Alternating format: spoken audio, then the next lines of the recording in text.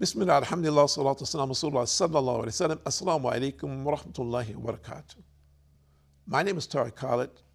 I'd like to enter a program here at Sharjah TV on getting closer to Allah, getting to know Allah, getting to know your Lord, your Creator, your Sustainer, the one who is aware and conscious of everything before you do it, who knows when you were born, before you were born, and knows when you will die and what will be your condition. And many people have questions about that. And we're talking about today the home. Because many people's homes are in chaos today. And as a result of that, their neighborhoods, their communities, their countries are in chaos. And we very rarely break it down like that. We very rarely break it down to the individual household. We rarely hear anyone talk about a neighborhood based on the household. What is the condition? What is happening in the household, in that neighborhood? And how that impacts on the society. And this is not for us to judge, but it's something for us to look at if we're the people who really want to please Allah. And we want our children, and we're talking about until the day of judgment, our progeny until the day of judgment, to be among those who are among the foremost, then we have to really think about this. And we have to really work on it from the smallest point to the largest. That, of course, which is within our capacity. How it is that we can evolve in our societies to come closer as a society, first individually, and in a family, and a community, and as a society, closer to Allah subhanahu wa ta'ala. And each one of us, of course, have responsibilities on different levels. We have to ask ourselves, are we taking that responsibility? Are we doing the things to the best of our ability? And this is a question for all of us. Are we consistent in that, in those actions? Do we pray and do we worry about this? Above and beyond our children, our own family. Do we have real worry about the condition of our community, our nation? Do we have the concern about humanity as a whole, the bigger picture? And do we pray and ask Allah? Because we say, well, I don't have the ability to affect or impact humanity. But today, that is not true. That is not true at all. It is a different day. We could say historically that Allah gave guidance to the prophets of Allah. And the prophets of Allah, by Allah's permission, were able to impact people which they never did see. But today, due to these vehicles that we're using, these instruments, an individual has the capability, by Allah's permission, to impact millions of people which he will never see in his lifetime. And millions of people that will be impacted long after his demise, after his death. Think about it. Think about it. And many of us who are involved in TV don't even think about it from this perspective, that what we're doing has had some impact on someone's life in the past, presently is impacting someone, and probably will have an impact on someone's life in the future. And if it is not positive, that this will come back to us. So I'm saying to you, our viewers, we wish the best for you as always, and we hope that the efforts that we're making are those which will grant each and every person some benefit if he chooses to implement it in his or her life. And if he or she rejects it, that we pray that they're not rejecting it because of our weakness and our inability to present it to them in a way that is acceptable to them, even if they disagree with it. And of course, all of us have choices, but we want people whether they accept Islam or they reject Islam, whether they're Muslims and they're Muslims who don't agree with us, that they respect what we're saying and say, okay, I respect your point of view and you're entitled to that point of view. But I have a different point of view. And not the total rejection where we cast it to the wind. Because our concern is for humanity as a whole. That this guidance which Allah has blessed us with, that we share it with every person that we possibly can until our last dying breath. Why? Because we want everyone, every human being. We say men and jinn. We don't see the jinn, so we don't know who is being impacted by what we're doing. But we want every single human being that we can. And we don't have this level of consciousness that every person that we see or that we even meet, that we have that concern for them, that they know who is their Lord, how to worship him. What is the benefit in this life? Worshiping him in a proper manner. What is the loss if you don't? And this sense of urgency, with most of us, we don't have this sense of urgency when we meet people. And many of us, out of concern about the way that people will take us, that people say, this guy's a fanatic. He's out of his mind. All he talks about is Allah, and he only talks in one direction only. And as a result of that, many of us, we're silent. And in the many instances where we know that we should speak up. So let's listen and see what Allah says. And Allah says in Surah number 10, verse number 87, Bismillahirrahmanirrahim. And we inspired Moses, and his brothers, saying, take dwellings for your people in Egypt, and make your dwellings as places for your worship, and establish regular prayers, and give glad tidings to the believers. So Allah is commanding Moses, the Prophet Moses, to find houses. In those houses, establish the prayer. So what does that say to us? Most of us, we only pray when we're in need, unfortunately. Or let's say many of us, when we need something, we pray. And I'm talking about the general population. We don't relate to our Lord. And I'm talking about people say who believe in God, generally speaking. He says, well, when I'm in trouble or there's a situation, then I pray. But on a regular basis, no, we don't pray. So as a result of that, the true essence and importance and significance of prayer is not a reality in our life. And many of us, prayer is just a ritual. I know I have to pray, so at a certain time, so I just go through the movements, knock it out, get it out of the way so I can go on to what I do next. It just becomes a ritual. It is not essential. It is essential as a Muslim because I know it is part and parcel of what I believe in, and I have to do it. It's mandatory for me. Essential in that sense, but not essential in the sense where the essence of it is part and is ingrained in my very being, and that I feel if I don't make this prayer, then I'm like a fish out of water. I'm dead. I'm finished.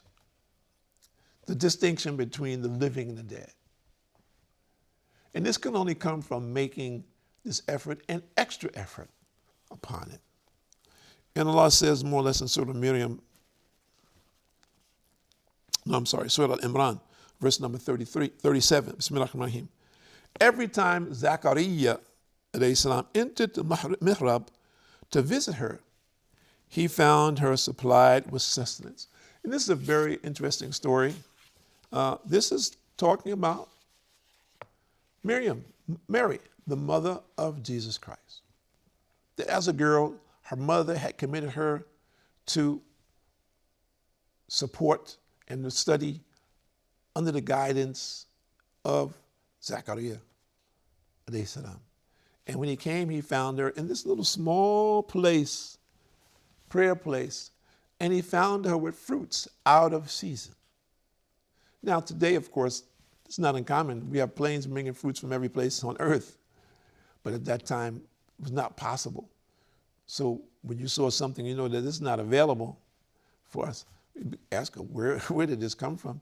And she said, more or less, this is a provision from my Lord. So what does it mean? That Allah was providing her fruits from paradise. That's right. To show the level of piety of the mother of Jesus Christ, alayhi salam. Now today people say, oh, come on, brother, we don't believe in these fantasy stories. How can that be? Where is this so-called paradise? We don't know about it existing. You say this, we don't believe it. Prove it. Well, for the person who doesn't believe, your time will come when you will believe. But you have to ask yourself the question, what will be your condition? Will you wait until that time when it will be too late? When the angel of death takes your soul and that reality is there? Should you do that? Would you do that? Is that an intelligent thing to do? For example, today we have mechanisms in place to warn us about storms of all types. The mechanism shows on the TV, there's a storm coming at such and such a degree. Get in your car or find some transportation, leave your house, go to another city. What would you do? Would you be one of those persons who says, well, I'm not going. My house is like a fortress. I'm going to stay here. And they're telling you, well, with this storm, even if your house is like a fortress, there's going to be very strong winds and flooding. And we're seeing right now on our satellites, there's flooding in this place, and this place. It will come to where you are in such and such a time if it continues at the rate that it's going. What would you do? Would you stay there or would you leave? There are many people who will stay. And of course, what will happen? Those people will suffer the consequences of their actions or their lack of action. So similarly, the people who say, well, we don't believe, they will suffer the consequences of their actions. We've had more than 124,000 prophets reported to us that have existed since the beginning of time. They have brought the message of the belief in Allah, many languages, many people throughout the earth, down through the ages. We find that all of the major prophets that we are aware of today invited people to the same thing, no distinction. Those of you who don't know, if we talk the last and we go back, we go to the last prophet, Muhammad sallallahu alaihi wasallam, and then we go to Jesus alayhi salam, and then we go to Moses alayhi salam, and Abraham alayhi salam, and Noah, and so forth and so on. These generally the Christians, the Jews, and the Muslims are all aware of. Okay? Other people, maybe they're not. We're all aware of this, but many people are in denial about understanding what it was that they brought to the people of their age. And it was a simple message. There's one God, worship him only. There is death. There is a day of judgment where every soul will be judged based on his actions in this world. There is heaven and hell. All of them invited the people of their time, whomever it was that they were in contact with, to this reality. It is not new. It is thousands of years old for the people who come with something new today, and they say their disbelief, thinking that disbelief is also new. No, there were people who also, they didn't believe them either. There are people who actually killed prophets. So this is also not new. What we're hearing today, what I don't believe, I believe in myself. Look, I'm a self-made man. I'm a self-made woman. I don't need anybody. This is not new. And what happened to those people? They suffered the consequences of their actions. And similarly, people who believe this today will find themselves in the same condition. It will not be different. So we have choices. We have choices today. Tomorrow is not promised. They're among us today also, just as they were historically. It's just that we have these devices now where we can talk to more people at one time.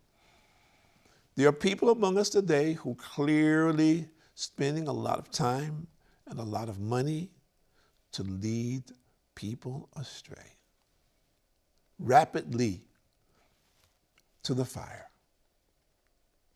So to our viewers, we're saying, be very, very careful. Turn to your Lord now while you have time, an opportunity. Beg him for forgiveness and to show you the correct path. Allah will show you. You have to believe that. If you're a disbeliever, you don't believe anything. You say, well, I'm okay. I'm just going to die like this. I says, well, I challenge you. If you think you're all right, I challenge you. Just say to Allah, I think I'm all right. Show me, prove to me that I'm not all right, that I'm not okay. Prove it to me. Show me that I'm not okay, that what I'm thinking is wrong and there's another path. And if I follow that path, everything will be okay for me. If I don't follow that path, it'll be a disaster for me. And somebody says, well, why should I even do that? Well, we have the concern about that disaster. That disaster can come at any given time, and it will be that for you. And this is clear for us. There's no question about it. For you, if you're a disbeliever, it's not a big deal. It's a simple thing for you, isn't it? It's a challenge for you. How can it harm you? And if what I'm saying is not true, it doesn't matter for you, isn't it? But we know better. We know better. And we've seen too many people over the years who had these thoughts. And by Allah's permission, Allah changed their hearts. And they came to Islam for their own salvation's sake. And we saw many of them, alhamdulillah, alhamdulillah, who were living, their lives were a disaster. Accept Islam, change their lives, and die in Islam. So we're saying to, in conclusion, accept Islam before you die. My name is Tahir Khalid. I'd like to thank you for joining us here at Sharjah TV on getting closer to your Lord, getting to know him before your time runs out. Assalamu alaikum wa rahmatullahi wa barakatuh.